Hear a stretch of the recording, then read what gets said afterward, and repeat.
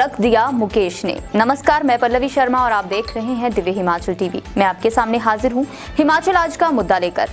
हिमाचल विधानसभा के बजट सत्र के दौरान मुकेश अग्निहोत्री के तीखे तीरों ने सरकार को संकट में डाल दिया।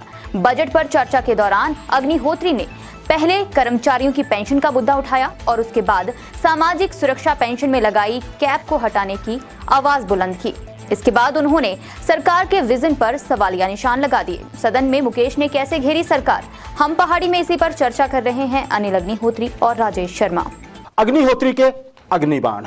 कौन अग्निहोत्री? मुकेश अग्निहोत्री, नेता प्रतिपक्ष विधानसभा में, है ना, कांग्रेस के बड़े नेता। प्रदेश, अच्छा, ये बजट जो पेश किया कल, आज चर्चा आरंभ हुई उस पे, बजट मुख्यमंत्री के पे, और फिर मुकेश अग्निहोत्री आज की महफिल लूट ले गए। अगर किसी नेता की बात की जाए, खासकर विपक्ष की ओर से, क्या कहेंगे आप? बिल्कुल सही है। देखिए, संकल्प प्रस्ताव पे चर्चा आज जिस तरह से शुरू हुई, लेकिन उससे पहले ये विधानसभा के बजट पे चर्चा, विधानसभा में जिस तरह की कार्यवाही, जब सदन की कार्यवाही शुरू हुई तो उसमें थोड़ा सा जिक्र वीरभद्र सिंह का भी होगा। वहां से थोड़ा सा तपिश एक तरह से सदन में आ गई।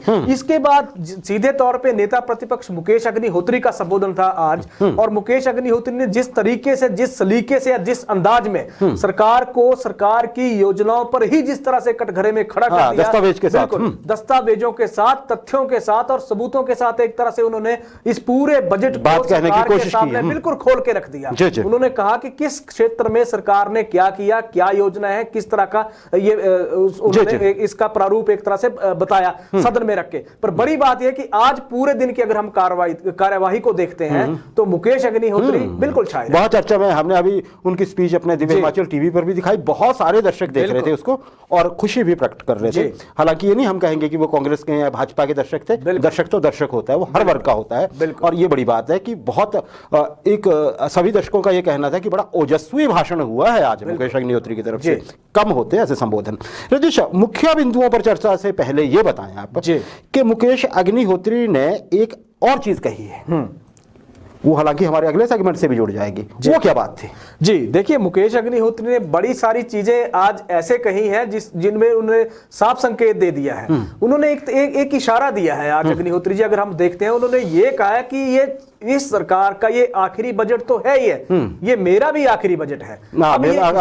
आखिरी चर्चा, आखिरी बजट पे चर्चा कर रहा हूं, ऐसा बजट पे चर्चा मैं कर रहा हूं। अब ये आखिरी बजट पे चर्चा किस अंदाज में कही है कि ये बजट को उन्होंने सीधे तौर पे ये कहा कि बतौर सीएलपी लीडर मैं ये आखिरी बजट चर्चा में भाग ले रहा हूं। अब इसके क्या मायने हैं, क्या मतलब निकाले जा रहे हैं, लेकिन राजनीतिक पंडितों के अगर हम देखते हैं तो इसके इशारों को, उसको पढ़ने की एक तो कोशिश हो रही है, दूसरा संकेत क्या देना चाहते हैं मुकेश अग्निहोत्री, ये आने वाले दौर में अब देखने वाली बात होगी। जी राजेश, ये जैसे ही उन्होंने अपना संबोधन खत्म किया, चर्चा अपनी खत्म की बजट पे, तो उन्होंने मुख्यमंत्री को ये कहा, जयराम ठाकुर जी को, कि आपका देखिए ये अंतिम बजट था, है ना जी, और मेरी ये चर्चा भी अंतिम ही थी इस बजट पे, यहाँ बजट पे।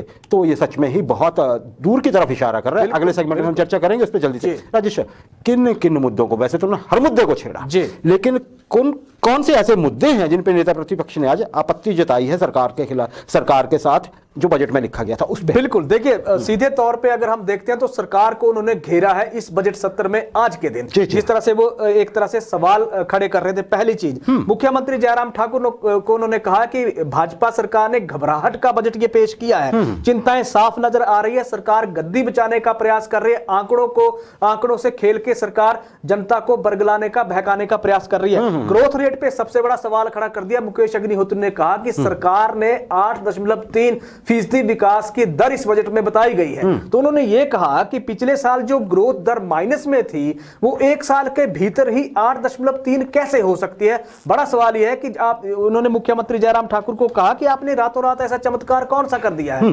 चमत्कार भी इस तरह का किया है कि ये तो ऑल टाइम हाई होगी हिमाचल प्रदेश के लिहाज से। इसके अलावा कर्मचारियों पे भी कहा, जल्दी कर्मचारियों पे उन्होंने कहा कि कर्मचारी आपके दहलीज पे कर्मचारियों ने प्रदर्शन किया और कर्मचारियों ने ऐसी कौन सी संपत्ति, सरकारी संपत्ति को नुकसान पहुंचा दिया जो 44 कर्मियों पे सरकार ने एफआईआर दर्ज कर दी। उन्होंने कहा कि कर्मचारी आपके थे, उनको अपनी बात रखने का अधिकार था। दूसरा सवाल उन्होंने खड़ा यह किया कि आपने सीधे तौर पे कह दिया कि हम कर्मचारियों से आप बात नहीं करेंगे, लेकिन तो ये बताइए या सरकार स्थिति ये स्पष्ट करे कि फिर धर्मशाला में कर्मचारियों से बातचीत क्यों की गई थी। दोहरा रवैया अपनाया है, यह मुकेश अग्निहोत्री ने आरोप लगाया। जी राजेश, इसके अलावा और भी उन्होंने जैसे दस्तावेज इसको जो ये बताया है, उन्होंने इनको भी उपमाएं दी हैं बजट के दस्तावेज को भी, और कई बार उन्होंने ये भी कहा कि पेंशन आप बोल रहे हैं कि हम 60 साल से ऊपर वालों को देंगे, ऊपर से आप कह रहे हैं कि 40,000 लोगों को दी जाएगी पेंशन इस साल जो आने वाला साल है, तो बोले कि 40,000 की तो पेंडेंसी पड़ी है, फिर तो नई को किसी को नहीं लगेगी।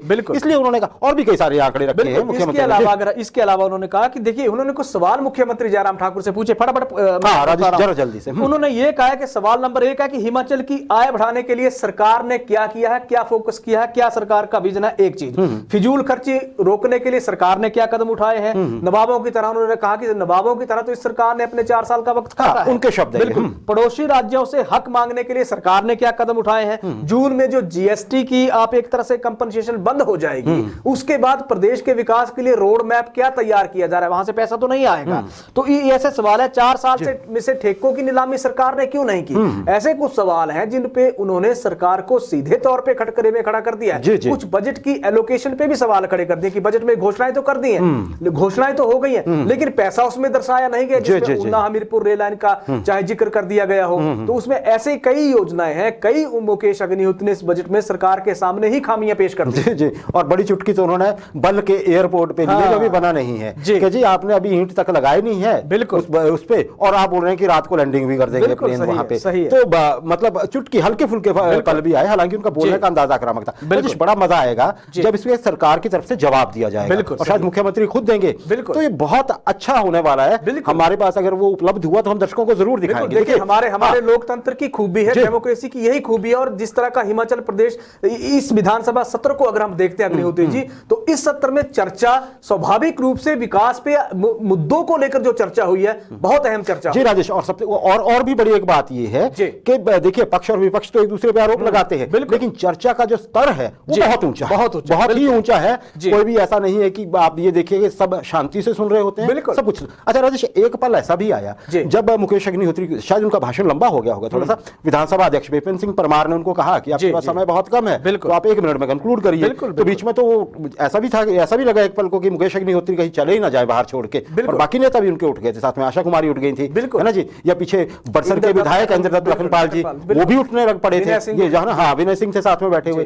तो वो पल भी आया था, मतलब एक तरह से बड़े इमोशन से भरे हुए थे अग्निहोत्री और विपक्ष भी। एक पल तो वो भी आया जब जवाब देने के लिए मुख्यमंत्री जयराम ठाकुर खड़े हो गए। मुख्यमंत्री जयराम ठाकुर ने भी अध्यक्ष से जिस तरह से अपील की कि गलत तथ्य पेश किए जा रहे हैं, और मोड़ के तथ्य पेश किए जा रहे हैं, ऐसा नहीं होना चाहिए। मुख्यमंत्री को बीच में खड़ा होने पड़ा, जिन्होंने सीधे तौर पे विपक्ष पे भी आरोप लगाया कि आप आंकड़ों के साथ खिलवाड़ मत करिए। बिल्कुल, तो इस तरह का घटनाक्रम पेश आया। इसीलिए हमें लगता है कि जब मुख्यमंत्री बोलेंगे इस पे, या सरकार की तरफ से कोई भी बोलेंगे, तो मजा बहुत आएगा कि जो मुकेश अग्निहोत्री ने आज तथ्य रखे हैं वो तथ्य हैं भी, उनको घुमाया गया है।